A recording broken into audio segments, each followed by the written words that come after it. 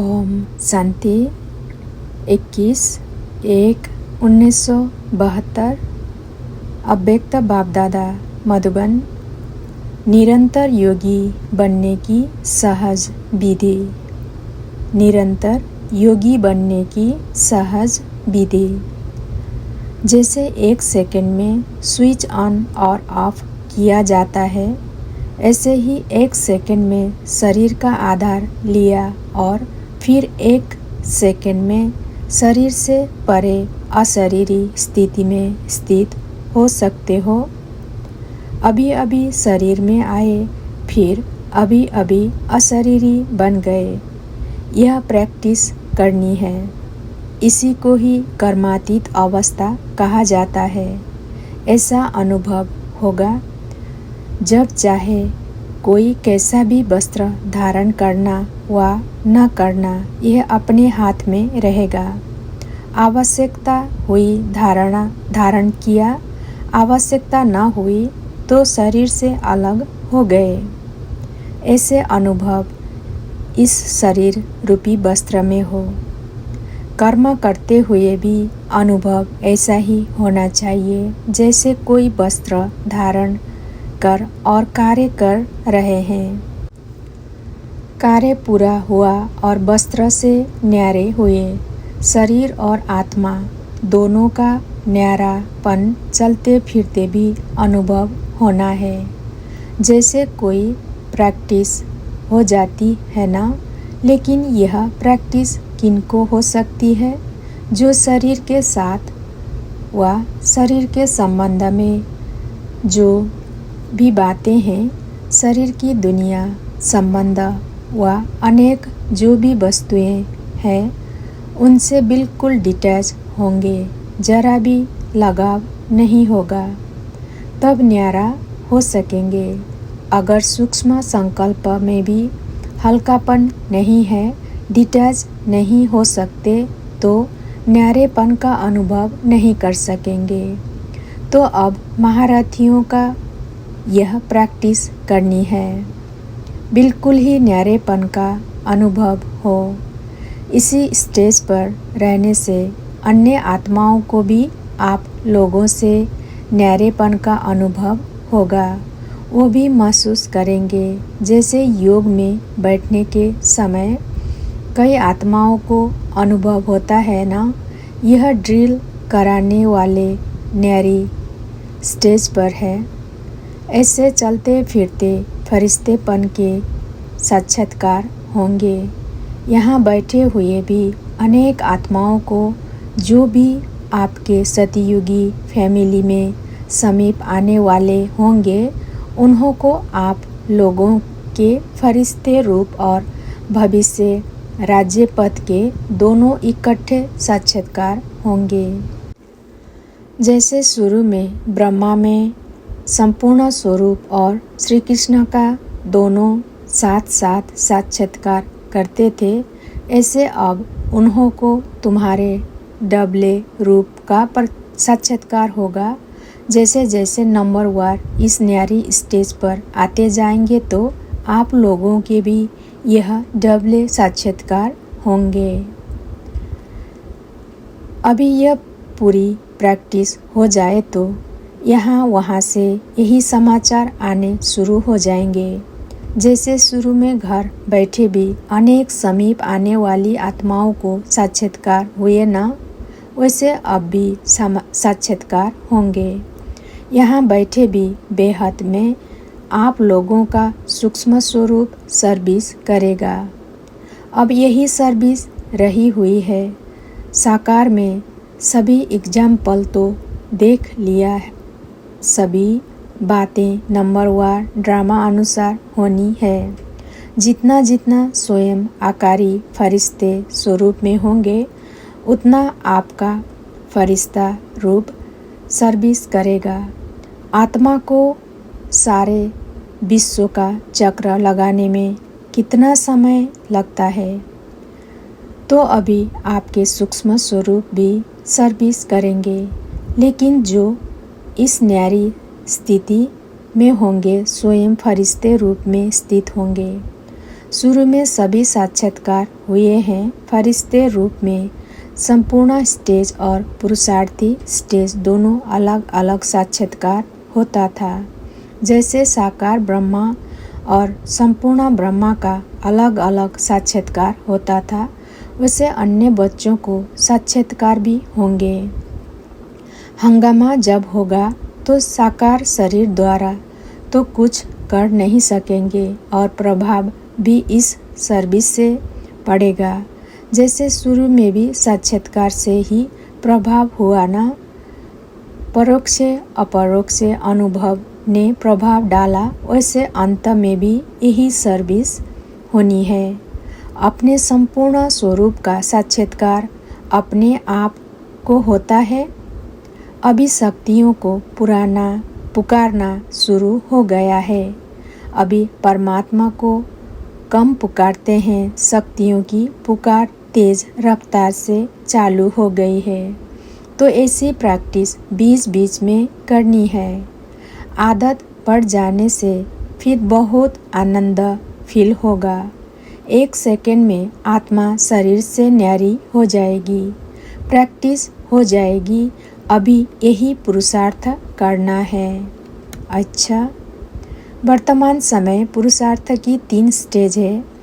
उन तीनों स्टेज से हर एक अपनी अपनी यथाशक्ति पास करता हुआ चल रहा है। वह 3 स्टेजेस कौन सी है?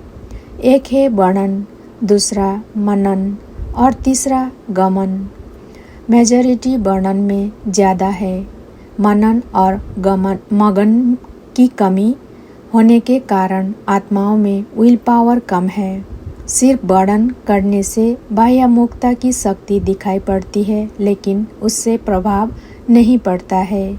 मनन करते भी है, लेकिन अंतर्मुख होकर के मनन करना उसकी कमी है। पॉइंट्स का मनन भले करते हैं, लेकिन हर पॉइंट द्वारा मनन अथवा मंथन करने की शक्ति स्वरूप मक्खन निकालना चाहिए, जिससे शक्ति बढ़ती है। भले प्लानिंग करते हैं, उनके साथ साथ सर्वशक्तियों की सजावट जो होनी चाहिए वह नहीं है। जैसे कोई चीज़ कितनी भी अमूल्य हो, लेकिन उनको अगर उस रूप से सजाकर न रखा जाए तो उस चीज़ के मूल्य का मालूम नहीं पड़ सकता। इसी रीति नॉलेज का भले मनन चलता भी है, लेकिन अपने में एक एक पॉइंट द्वारा जो शक्ति भरनी है वह कम भरते हो, इसलिए मेहनत ज़्यादा और रिजल्ट कम हो जाती है। मनन में प्लानिंग में उमंग उत्साह बहुत अच्छा रहता है, लेकिन प्रैक्टिकल रिजल्ट देखते तो मन में अविनाशी उमंग उत्साह उल्लास नहीं रहता। एक रस जो फोर्स की स्टेज रहनी चाहिए वो नहीं रहती। एक एक पॉइंट को मनन करने द्वारा अपनी आत्मा में शक्ति कैसे भर जाती, इस अनुभव में बहुत अनजान है। इसलिए यह अंतर्मुखता अतीन्द्रिय सुख की प्राप्ति का अनुभव नहीं करते हैं।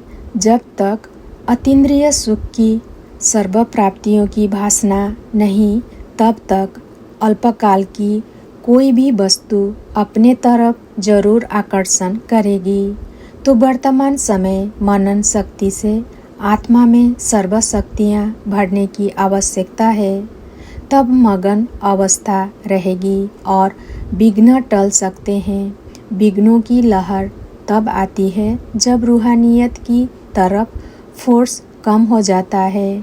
तो वर्तमान समय शिवरात्रि की सर्विस के पहले स्वयं में शक्ति भरने का फोर्स चाहिए।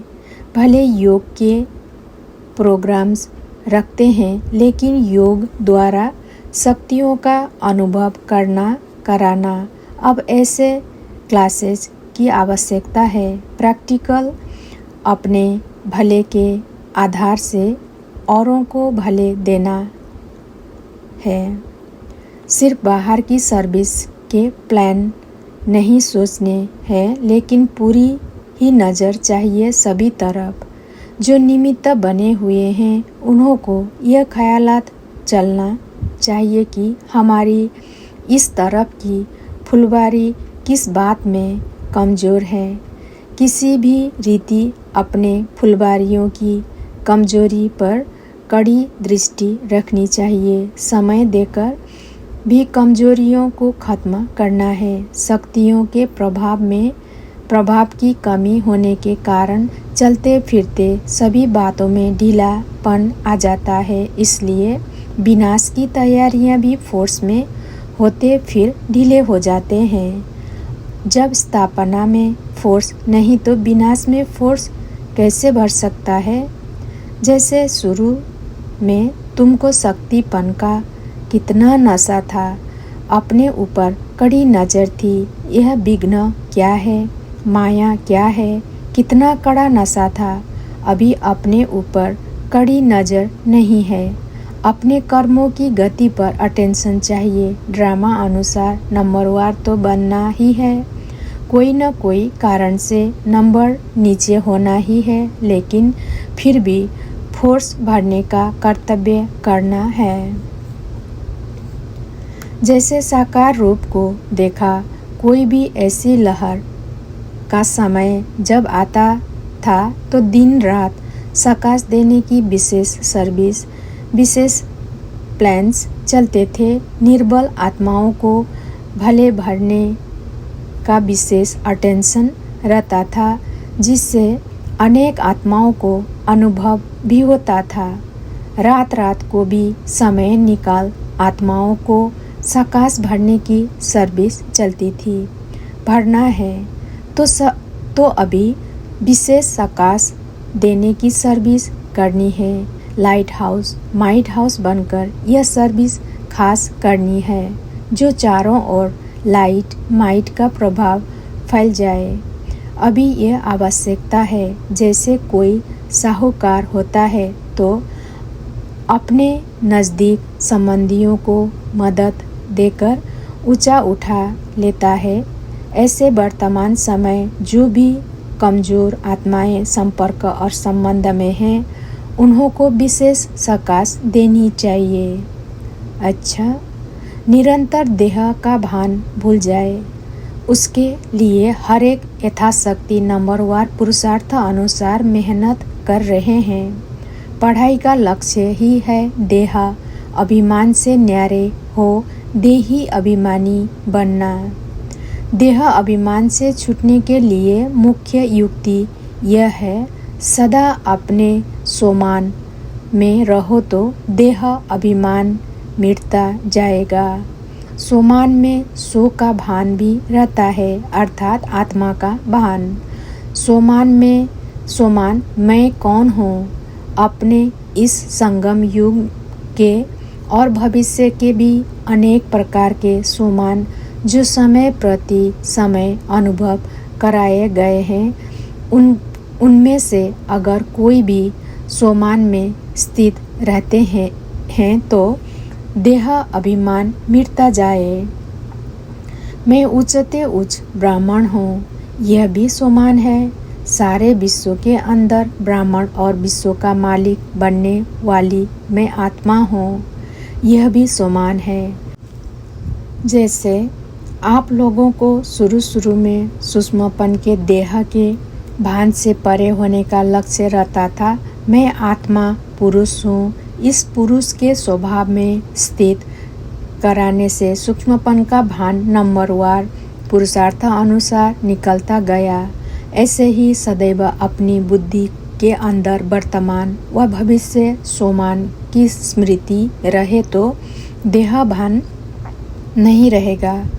सिर्फ शब्द चेंज होने से सोमान से स्वभाव भी अच्छा हो जाता है। स्वभाव का टक्कर होता ही तब है जब एक दो को सो का भान नहीं रहता, तो सोमान अर्थात सो का मान, उससे एक तो देह अभिमान समाप्त हो जाता है और स्वभाव में नहीं आएंगे। साथ साथ जो सोमान में स्थित होता है उनको स्वतः ही मान भी मिलता है। आजकल दुनिया में भी मान से सोमान मिलता है ना। कोई प्रेसिडेंट है, उनका मान बड़ा होने के कारण सोमान भी ऐसा मिलता है ना। सोमान से ही विश्व का महाराजन बनेंगे और उनको विश्व सम्मान देंगे। तो सिर्फ अपने सोमान में स्थित होने से सर्व प्राप्ति हो सकती है। इस सोमान में स्थित वह रह सकता है जिनको जो अनेक प्रकार के सोमान सुनाए उसका अनुभव होगा। मैं शिव शक्ति हूँ, यह भी सोमान है। एक होता है सुनना, एक होता है उस सोमान स्वरूप का अनुभव। तो अनुभव के आधार पर 1 सेकंड में देह अभिमान से सोमान में स्थित हो जाएंगे। जो अनुभवी मूर्त नहीं है, सिर्फ सुन करके अभ्यास करते ही रहते हैं, लेकिन अनुभवी अब तक नहीं बने हैं, उन्हों की स्टेज ऐसी ही होती है। एक अपने सोमान की लिस्ट निकालो तो लिस्ट बड़ी है।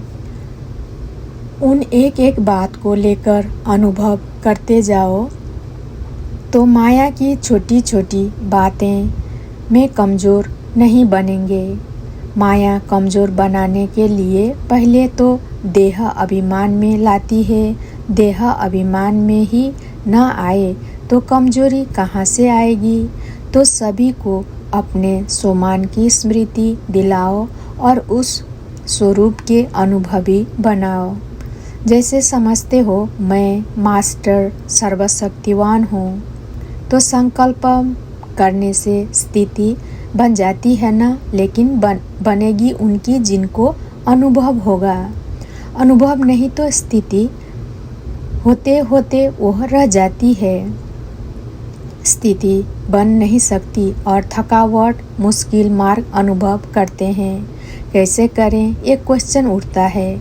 लेकिन जो अनुभवी मूर्त है वह कड़ी परीक्षा आते समय भी अपने सोमान में स्थित होने से सहज उसको कट कर सकते हैं। तो अपने सोमान की स्मृति दिलाओ, अनुभवी मूर्त बनने की क्लास कराओ। जो आपके समीप संपर्क में आते हैं उन आत्माओं को यह अनुभव कराने का सहयोग दो।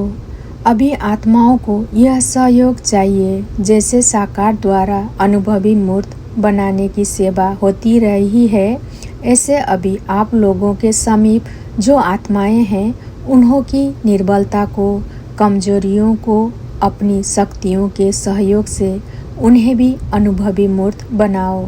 चेक करो कि जिन आत्माओं के प्रति निमित्त बने हुए हैं वह आत्माएं सोमान की स्थिति के अनुभवी हैं। अगर नहीं तो उन्हों को बनाना चाहिए। यह मेहनत करनी है। अगर राजधानी के समीप संबंध में आने वाली आत्माएं ही कमज़ोर होंगी तो प्रजा क्या होगी। ऐसी कमज़ोर आत्माएं संबंध में नहीं आ सकती। अब अपनी राजधानी को जल्दी जल्दी तैयार करना है। पिछली प्रजा तो जल्दी बन जाएगी, लेकिन जो रजाई के संबंध में संपर्क में आने वाले हैं उन्हों को तो ऐसा बनना है ना। ऐसा ध्यान हर एक स्थान पर निमित्त बनी हुई श्रेष्ठ आत्माओं को देना है। मेरे संपर्क में आने वाली कोई भी आत्मा इस स्थिति से वंचित न रह जाए, यह ध्यान रखना चाहिए। खुद ही अपने में कोई शक्ति का अनुभव अगर नहीं करते हैं तो औरों को क्या शक्ति दे सकेंगे। जो आत्माएं चाहती है, समीप आती है, समय देती है, सहयोगी बनी हुई है, ऐसी आत्माओं को अब माता पिता द्वारा तो पालना नहीं मिल सकती, इसलिए निमित्त बनी हुई अनुभवी मूर्तियों द्वारा यह पालना मिले। अगर यह चेकिंग रखो कि कितनी आत्माएं ऐसी शक्तिशाली निकलेंगी, आधा हिस्सा निकलेंगी। जिन्होंने डायरेक्ट पालना ली है उन्होंने फिर भी अनुभवों की रचना भरी हुई है। औरों की यह पालना होनी आवश्यक है। तो हर एक टीचर को अपने क्लास का यह ध्यान रखना चाहिए। अच्छा, ओम शांति।